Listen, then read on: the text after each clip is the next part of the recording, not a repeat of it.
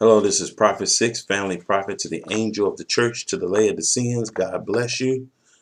This morning, I just want to give a devotional thought to you that one of my children and I just finished reading. I'm going through the book of Desire of Ages with one of my children, and what I'm doing is just going over the life of Christ. I like to do this with all my children, is go over this book with them.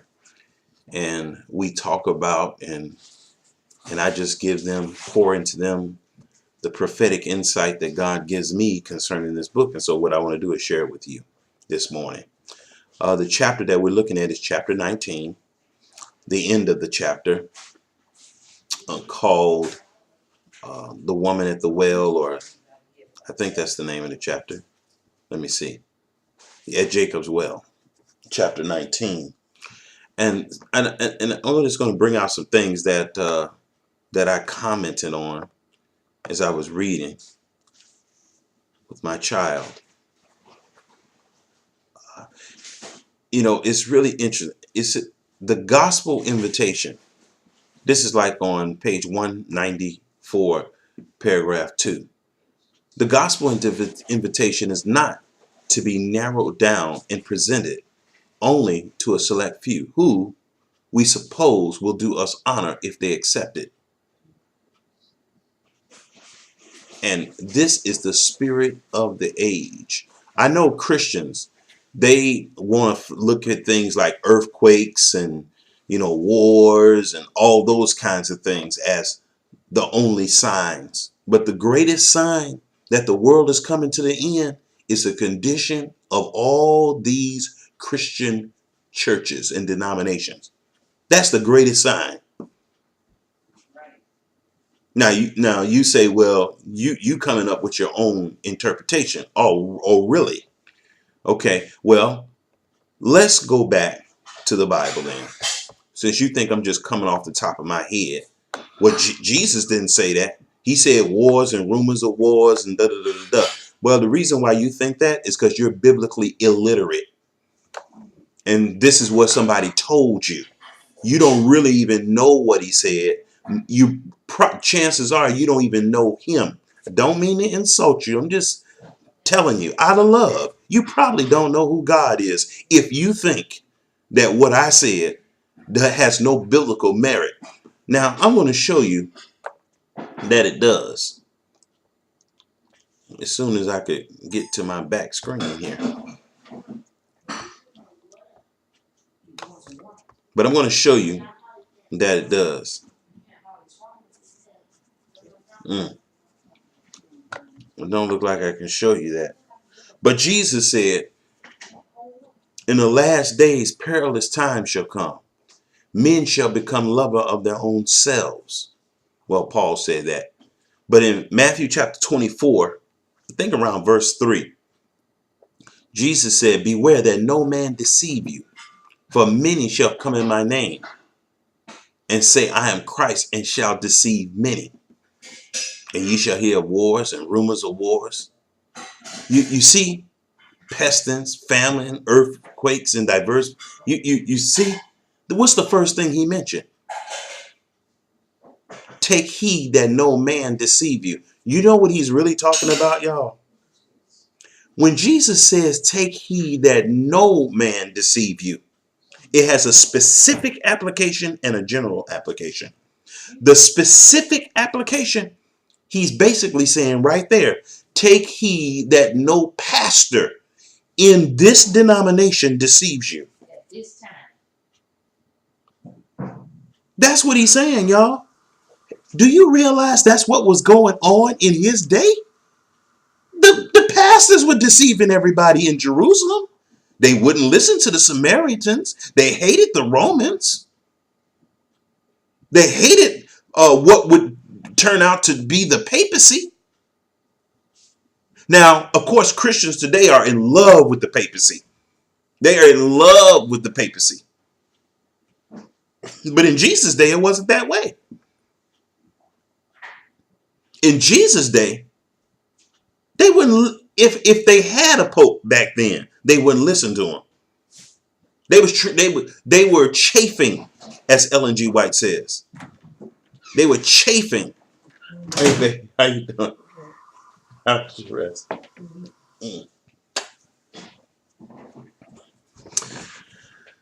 They were chafing under the Roman occupation. So when Jesus, Christians are something else. When Jesus is talking to the church in the Bible, talking to pastors in the Bible, and talking to the lay people who listen to pastors in the Bible, all we can see is the papacy. Oh, especially Seventh-day Adventists. They are titillated by exposing the papacy. But how much do they expose themselves? None. Not none. Never do they expose themselves. Now, while on the other hand, Jesus taught, remove the beam out of your own eyes so you can see how to remove the mote out your brother's eye. But Christians don't believe that. No denomination believes that.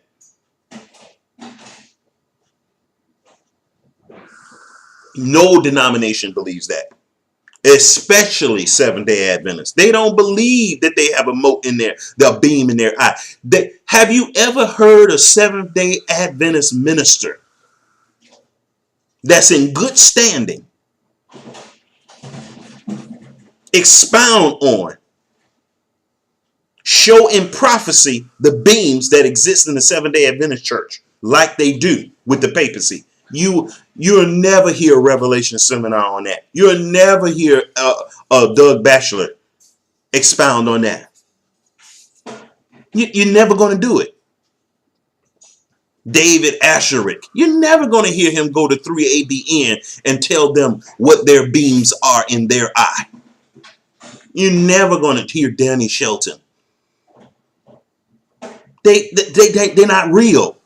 If they was real, they would highlight them. You know what? If I had a beam in my eye, not sawdust, but a beam, a chunk of wood in my eye, I would not stop till I got it out. You wouldn't either. But this is what the denominations, all of them are doing. All of them do this.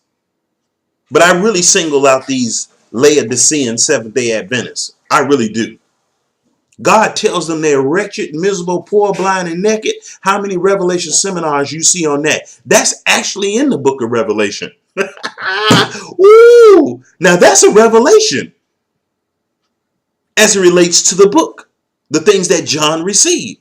But you're never going to hear. You know, you can go to a Revelation seminar and nothing is going to be said about the Church of Laodicea. Nothing. Don't you know that that's a satanic activity?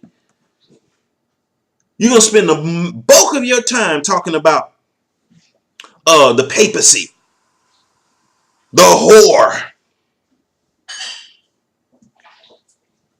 calling the 7 hills of Rome, misinterpreting the 7 hills of Rome as 7 mountains of Rome. It's stupid. It's laden with chock full of false prophecy. Now, this is supposed to be a devotional thought, but it kind of got a little rant flavor to it. But do you hear what I'm talking about, y'all? Why haven't you ever heard your pastor get up and pull the beam out of his own denomination's eye and his own eye or his own congregation eye? Why don't you hear that? Because we're doing the work of Satan. Satan wants the beams to stay in our eye so we'll be lost and we can't. And if a beam is in your eye, how can you see Jesus clearly? If a piece of sawdust is in your eye, how can you see clearly? You have an obstruction of your vision. You know what vision is a symbol of in the Bible? Prophets. You can't have proper visual reception if you have a beam in your eye. But we don't care about that and you know what the beam in our eye is? The Catholic Church. That's the only thing wicked on earth that we can see. That's how you know. Where has the Biblical Research Committee put out a comprehensive study on how wretched, miserable, poor, blind, and we are? You're never going to see that. These guys are satanic scribes. I don't care how nice they are. I don't care. As a group of men, an organization, they're nothing but the workers of Satan. That's like me. I'm talking about everybody else's family, everybody else's husband, but I don't see my own weaknesses. I'm not studying my own weaknesses to show myself approved of God. Y'all, this stuff is of Satan. And I know that's strong language. I don't care. This stuff is of Satan and people going to hell. In the name of Jesus, they're going to go to hell. Singing, when we all get to heaven, they're going to be going to hell. What a day of rejoicing they will be. Right up to right up to the threshold of hell. But I'm reading this. Let's get back to the Desire of Ages. I don't want this video to be too long. But look at this. It's really interesting. I was reading this today.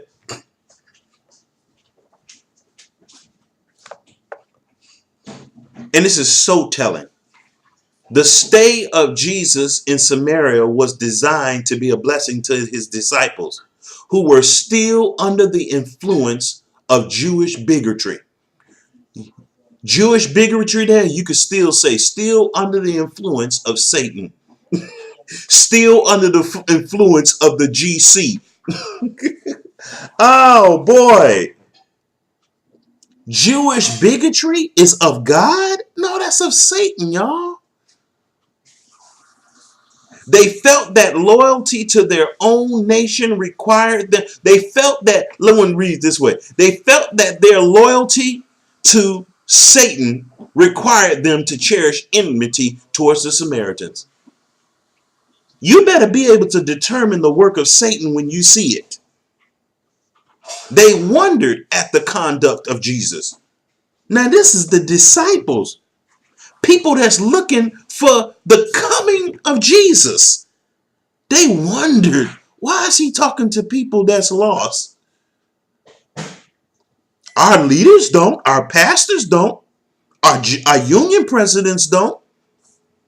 Now, I want to tell you something. Today, some things happen a little bit opposite. The typology is a little tweaked because now the Seventh-day Adventist Church will jump in bed and with any denomination and do anything.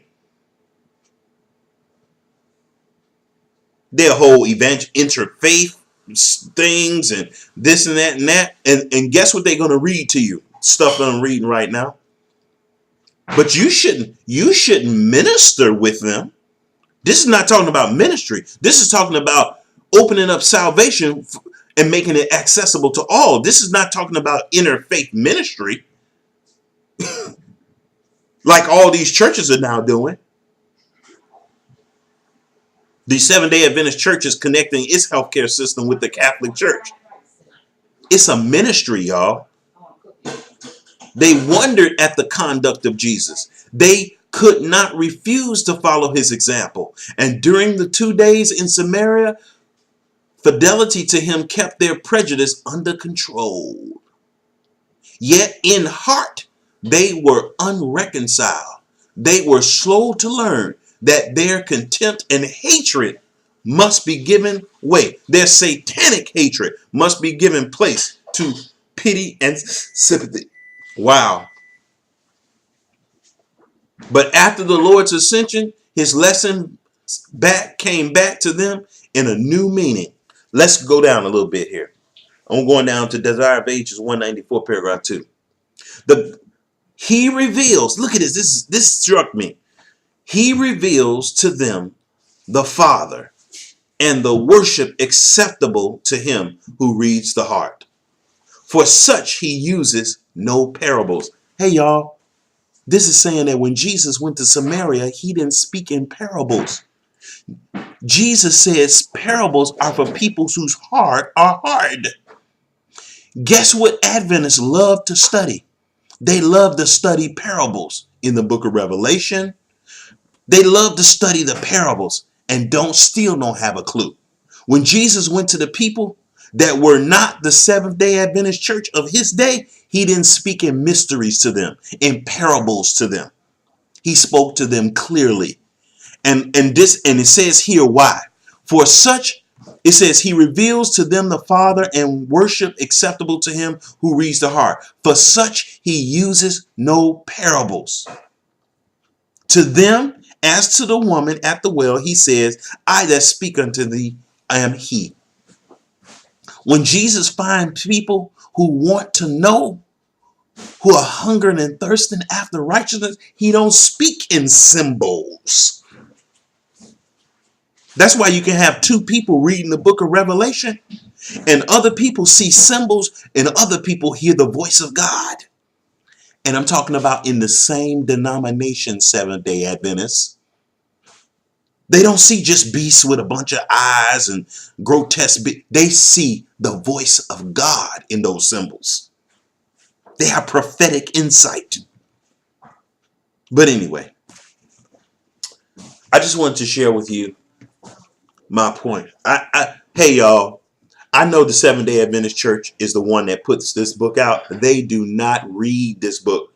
When they read this book, because they're unconverted as a denomination and as angels of the denomination or leaders of the denomination, they are reading something totally different. I see it in scriptures. I see people do this with scriptures. I see people do this with whatever. They see it and they do it in their study of nature, in their practice of medicines, in their execution of the law as police officers, as employees of a factory, a bank. People see two different things. They can read the same thing, and the devil will give them a message, and God will give the others a message. Others hear the voice of God guiding them. Others hear the voice of Satan guiding them. That's what's happening in every single denomination on earth today. Every single one of them. However, I want to give you some hope. There are faithful people in each one of these religions, denomination. It really is. And God said that I'm going to call them out, and they're going to be one fold, and they're going to be one shepherd. But anyway, this is Prophet 6. Family prophet to the angel of the church to the Laodiceans. God bless you.